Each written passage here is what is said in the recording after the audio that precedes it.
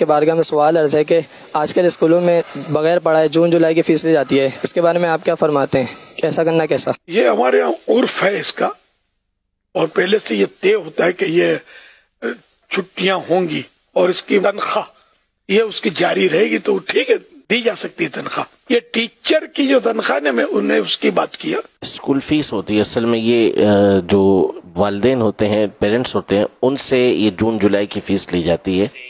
اس بارے میں وہ سوال کر رہے ہیں، تو یہ لینا بھی جائز ہے۔ انہیں وین کی کرایہ تو نہیں لے سکتے نا؟ نہیں، یہ اصل میں اسکول کی انتظامیہ جو ماہانہ فیس لیتی ہے تو اس کے حوالے سے ہے کہ وہ جون جولائی کی چھٹیوں کی بھی فیس لیتی ہے، تو اس کا لینا جائز ہے۔ یا وہ دے سکتے ہیں اور ٹیچر کو تنخواہ بھی دے سکتے ہیں، جبکہ مطلب اس کا بھی عرف تو ہے ہمارے یہاں۔ جی، تو ہر جگہ اتوار کی چھٹی یا جو بھی معاملات ہیں، چھٹیاں ہوتی تو اس کی جو عرف کے مطابق، معمول کے مطابق چھٹیاں ہوتی ہیں، اس کی تنخواہیں تو نہیں کٹتی۔